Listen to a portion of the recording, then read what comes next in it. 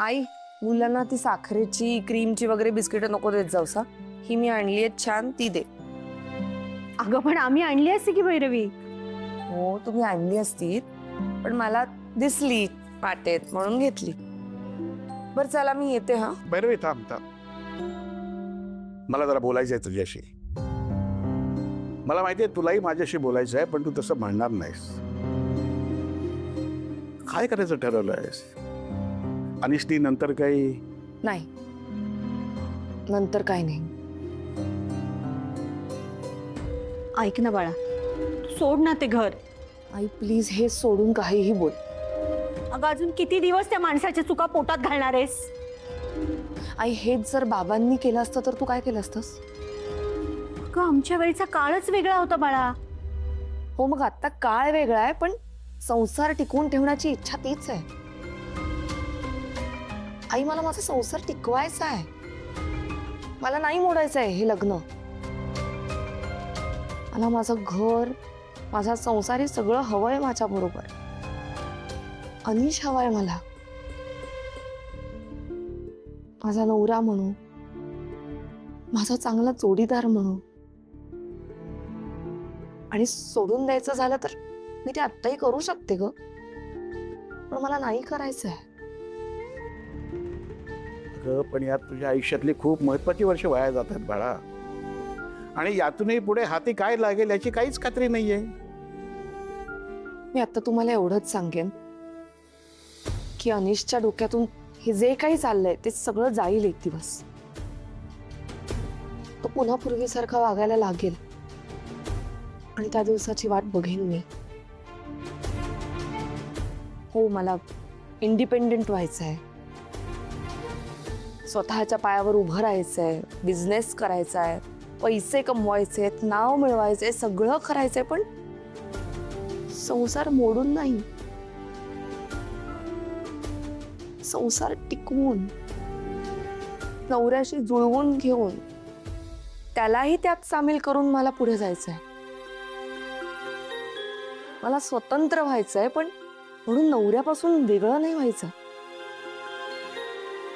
त्याच्या सकट मलाही स्वावलंबी व्हायचंय. मला स्वप्न बघायची आहेत, पण ती एकटीने यशस्वी होण्याची नाही. आमच्या दोघांचं एक छोटंसं राज्य उभं करण्याची. आणि मी अजूनही आशा सोडलेली नाही आहे. हे होईल खरंच, जोपर्यंत अनिश स्वतःहून घर आणि संसार मोडण्याची भाषा करत नाही ना, मी त्याला सोडून कुठेही जाणार नाही.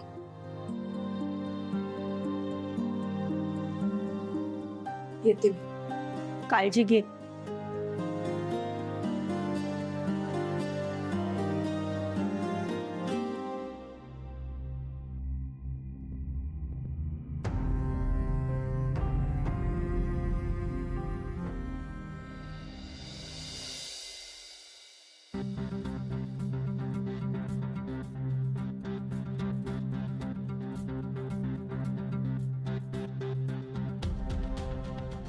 अगं नीलू, भैरवी आली आणि आपल्याला कळलंच नाही, असं होणार आहे का कधी? कशा लोक सारखी दार उघडून बघतेस? अरे पण कधी येणार आहे ती? अगं ती येईल ना. मुलं तिच्या आई वडिलांकडे गेलेत ना, त्यांना भेटून येतं म्हणाल ती. अरे पण तिचा आला होता की नाही फोन? तुला कुठून तरी केला होता ना तिने. मग तू सांगायचंस ना, ते राजन सुकटणकर येऊन गेले, मग लगेच नसती का आली ती घरी? अगं मी मुद्दामच नाही सांगितलं. आता ती आपल्या आई वडिलांकडे जाऊन त्यांच्याशी बोलून, मुलांशी बोलून जर तिला बरं वाटणार असेल आणि तिचा मूड जर सुधारणार असेल तर होऊन जाऊ दे म्हटलं मी. ती आल्यावर बोलू की आपण. पण मला एका गोष्टीचं फार वाईट वाटतंय नीलू. माझा मुलगा फार चुकीचं वागतोय तिच्याशी. तुला खरं सांगू का दादा, मला ना आधी असं वाटायचं की घरचे वाईट संस्कार असले ना की मुलं बिघडतात. म्हणजे माझ्या नवऱ्याच्या अनुभवावरनं असं वाटायचं मला. पण आता कळतंय मला, आई वडील कितीही चांगले असतील, त्यांनी काहीही चुका केल्या नाहीत तरी मुलं बिघडायची असली ना की ती बिघडतातच. मुलं जशी मोठी होतात ना, तसे आई बाप त्यांच्या आयुष्याचा एक छोटा हिस्सा बनतो. बाकीच्या माणसांचा प्रभाव वाढतो, संगत वाढते. तुला सांगतो, वय वर्षे 0 ते 7 मुलं फक्त आईबापांचं ऐकतात. वय वर्षे 7 ते 14 शिक्षकांचं ऐकतात. आणि वय वर्षे 14 ते 21 मित्रमैत्रिणीचं ऐकतात. पण वय वर्षे 21 नंतर कुणाचंच ऐकत नाहीत. ज्याला आपल्या डोक्यात काही चांगलं घ्यायचंच नाहीये त्याला समजावणं कठीणच असतं ना दादा. म्हणजे मी सुद्धा तीच चूक केली, माझ्याच अनुभवावरनं सांगते मी. तुझा एक वेगळ्याच क्षेत्रात एक फार मोठा अनुभव जमा झालाय. म्हणूनच तर मी अनिशच्या बाबतीत तुझी समजूत घालत असते ना दादा. कारण मी पाहिलंय सगळं. माणूस जेव्हा चुकीच्या मार्गाला जातो ना तेव्हा प्रत्येक माणसाची कारणं वेगवेगळी असतात, पण तो चुकीचा मार्ग एकच असतो. मनात काहीतरी अढी ठेवायची, मग कधीतरी खोटं बोलून घरच्यांकडनं पैसे उकळायला लागतो, मग बाहेरच्यांकडनं पैसे उकळायला लागतो, मग कधीतरी गुंडगिरी सुरू करायची, आणि असं करता करता निर्लज्ज सदा सुखी असा होऊन जातो माणूस. मग त्याला कुणाबद्दल काहीही वाटेना असं होतं. ती आली. आता हा विषय काढायचा नाही, हो. आता चांगलंच बोलायचं, आनंदाची बातमी द्यायची.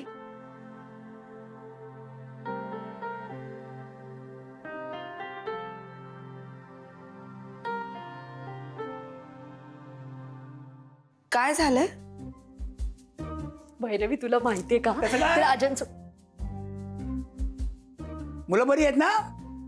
मुलं मस्त. नाही, आपलं एक असंच आई बाबा बरे आहेत ना? हो, ते पण बरेत. आज मस्त गोळ्याची आमटी केली आहे. अच्छा, पण मला थोडं भूक नाहीये बाबा. अगं पण थोडस तरी खाऊन घे. झालं तुझं, झालं सगळं. मी सांगत होते ना तिला. नाही, पण मी मूड बघतो. कसल्या टोमल्याचा मूड? आपण चांगलीच बातमी देतोय ना, आणि मूड सुधारणारच आहे ना. तू आधी मला तिला ती चांगली बातमी देऊ दे. भैरवी, भैरवी, काय झालं? अगं आज तुला घरी भेटायला ते राजन सुकटणकर आले होते. राजन सुखटणकर? राजन सुकटणकर फूड्सचे मालक. ते राजन सुकटणकर म्हणजे ते स्वतःहून आले असते इकडे. त्याच्या मनात काहीतरी असणार, म्हणजे ते तुला ऑफर द्यायला आले काहीतरी. ऑफर? कसली ऑफर? अगं ते म्हणजे तुझा सगळ्यात चांगला झालेला पदार्थ काय ना म्हटले. नाही, मी सांगतो, मी नाही सांग, तुला नाही जमणार. हे आपलं तुझी सिग्नेचर डिशचं सॅम्पल पाहिजे ना. म्हणजे ज्या पदार्थाचं खूप कौतुक झालं होतं बघ, कोणतं तो, हे आपलं केक्स. अच्छा, खोबऱ्याचे केक्स? बरोबर. ओके. आणि काही म्हणाले का? नाही, ते माहित नाही, म्हणजे पुढचं काही माहित नाहीये. पण फार मोठा माणूस आहे. आपणहून तुझ्याकडे चालत आला म्हणजे मनात काहीतरी मोठं असणार. त्याला नक्की सांग, द्या तू सॅम्पल करून. हा, म्हणजे लवकरात लवकर दे, म्हणजे उद्याच. फार मोठी संधी आहे भैरवी. अशी संधी पुन्हा पुन्हा नाही येत. मोठा माणूस आहे तो. मला नाहीये इंटरेस्ट. अनिशमुळे? मग तूही त्याच्या इतकं चुकीचं वागतेस असं होईल भैरवी. अनिश स्वतःच्या हाताने स्वतःचं भविष्य विस्कटून टाकतोय. तूही तेच करशील? पण याचा काय उपयोग आहे मला सांगा. मी कशासाठी आणि कुणासाठी हे करतेय? जगाला दाखवायला? मला नाही दाखवायचं जगाला माझं कर्तृत्व. नाही मला कोणासमोर काही सिद्ध करायचंय. मला फक्त माझ्या माणसाच्या नजरेत माझ्यासाठीचं कौतुक बघायचंय, आदर बघायचाय.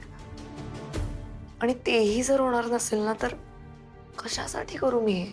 आमच्यासाठी, मुलांसाठी. आम्ही कोणीच नाही आहोत का तुझे? आम्हाला तुझ्याबद्दल कौतुक आहे, मुलांना तुझ्याबद्दल आदर वाटतो. आणि ते टिकवणं फक्त तुझ्या हातात आहे भैरवी. भैरवी, यश नेहमी ज्या पायरीवर आपण उभे असतो त्याच्या एक पायरी वर असतं, आणि ती एक पायरी आपण चढायची असते. मागे नसतं फिरायचं. नाही तर यश आपल्याला हुलकावणी देतं. हे अनिस सारखे जे लोक असतात ना, त्यांना ही तुम्हाला संधी कधीच मिळू नये असं वाटतं. त्यांना अद्दल घडवण्याची हीच संधी असते. आणि या एका घटनेमुळे तू तुझं स्वप्न सोडून देऊ नकोस भैरवी. एक पाऊल पुढे टाक. ते सॅम्पल त्यांना करून दे. बघू नशिबात पुढे काय असेल ते. ठीक आहे बाबा, मला मान्य आहे. एक एक पाऊल पुढे जाऊया आपण, आणि मी करून देईन त्यांना सॅम्पल. बघ ती झालं सोपं होतं की नाही? उगाच मूड मूड खेळत बसला होतास ना. झालं ना आता बोलणं. आता मला कशाला उगाच बोलते. दात मध्ये जा, तिला चहा करून दे. उगाच उगाच मध्ये मध्ये नाही जा, चहा करून.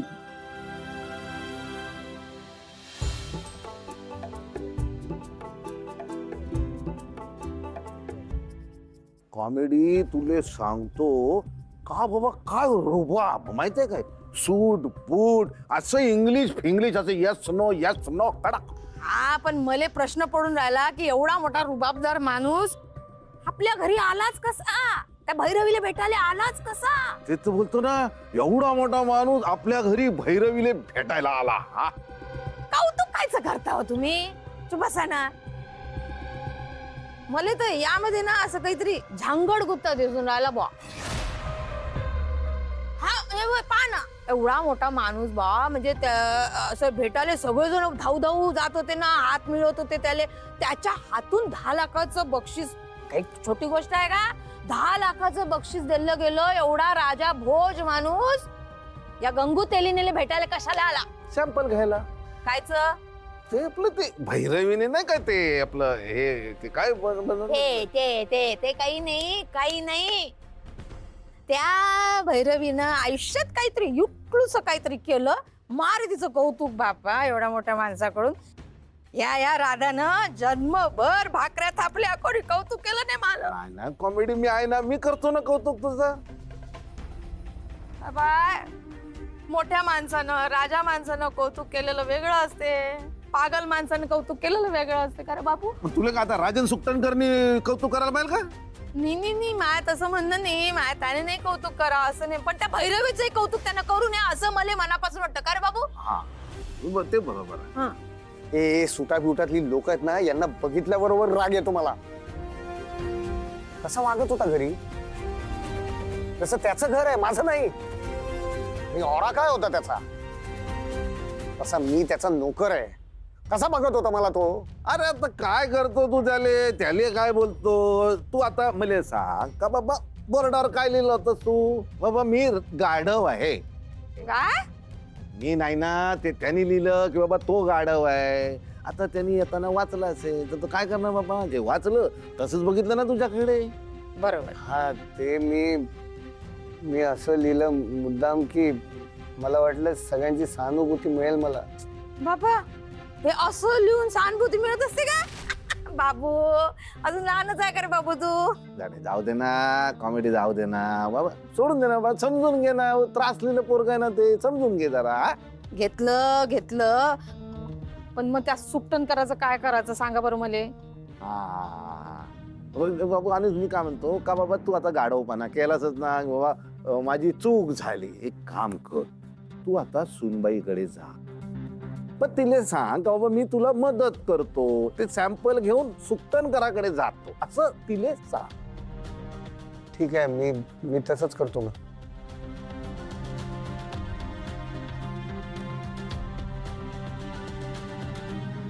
काय मग केलं की नाही बावलं माझ्या हातातलं? मग त्या बावल्याला आधीच काऊन नाही सांगितलं? मी हा गाढवपणा केलाय असं जेव्हा त्यांनी लिहिलं तेव्हा असा मूर्खपणा करू नको रे बा असं काऊन नाही सांगितलं त्याला? बरं असं ना, कधी कधी मूर्खपणा केलेला पण आपल्याच फायद्याचा ठरतो ना. तुले सांगतो का बाबा, हा आता आपल्या राज्यातलं कायमचं प्याद झालंय. हा, ते बरोबर आहे. हे प्याद आलं आपल्या राज्यात, पण तिच्या राज्यात गेलं ना ते प्याद ठकूबाई, निलिमा ठिलिमा. तिचं काय करायचं समजून नाही राहिलं. लयच उडूड करून राहिले बाबा ती. तिला दाखवाच लागते शॅम्पल.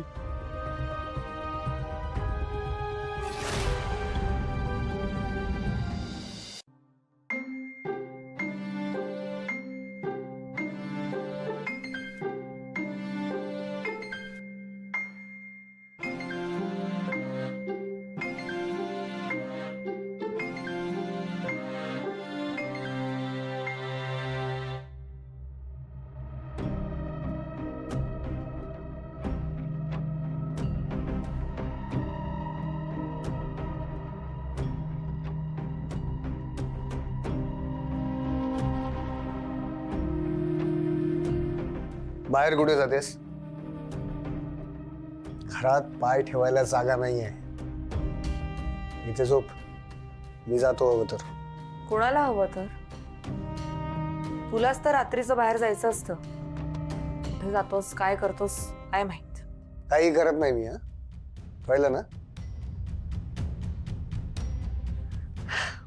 बाहेर जाऊन बसतो एकटा. का? केवढी माणसं आहेत घरात. नुसता आवाज सुरू असतो, नुसती कलकल सुरू असते त्यांची.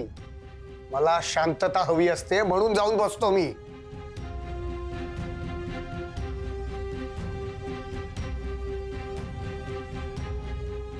अनिश, तू पुन्हा तुझ्या जंगल सफारी सुरू करतोस का अनिश?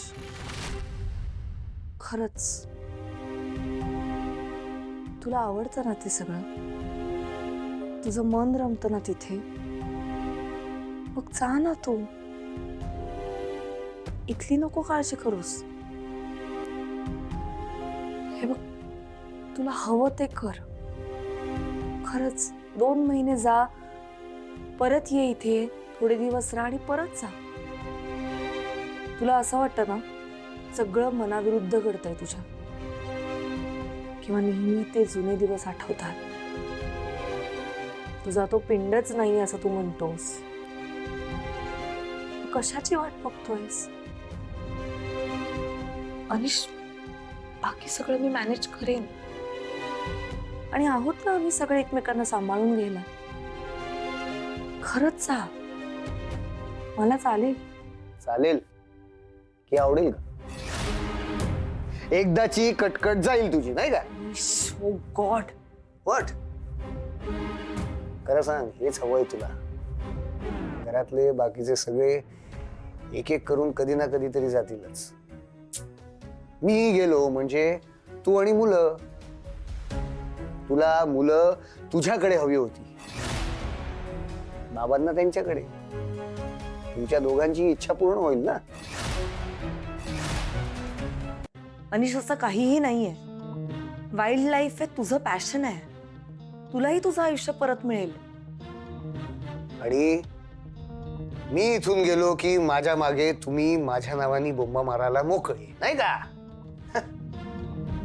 अनिश कसा बेजबाबदार आहे. सगळी जबाबदारी बिचारी तुझ्या खांद्यांवर टाकून गेला. हा,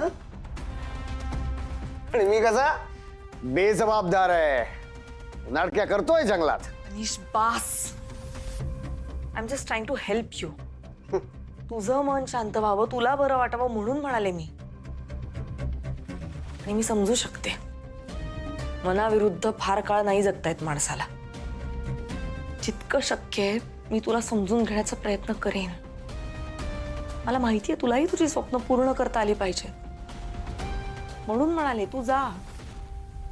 माझी फक्त एकच रिक्वेस्ट आहे तुला अनिश. मी सुद्धा धडपड करतेय, ह्या सगळ्या गोंधळातनं मार्ग काढायचा प्रयत्न करतेय. तुला मला मदत करता येणार नसेल तर नको करूस, पण निदान त्रास होईल असं तरी काही करू नकोस प्लीज. कारण या सगळ्याचा त्रास ना फक्त मला नाही होत, सगळ्यांना होतो. ह्याचे परिणाम सगळ्यांना भोगावे लागतात. सैरभैर होते मी, मला कळत नाही काय करायचं. मी ऑलमोस्ट गिव्ह अप करणार होते. बाबांनी मला पुन्हा पुश केलंय. आता उद्या जाणार आहे मी त्या सुट्टाणकरांकडे, काय ते सॅम्पल घेऊन.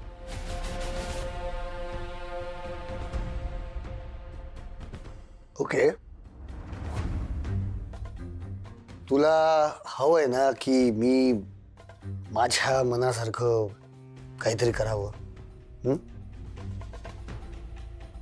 मग उद्या ते सॅम्पल मी घेऊन जातो त्या सुखटणकरकडे. नाही, नको. तो कुठेही जाणार नाहीये सनीश. मी बघेन काय करायचं ते. का ग? छोटस काम आहे, त्यात काय एवढं? सांगितलं ना, मी करेन. माझं काम आहे ना, मी करेन.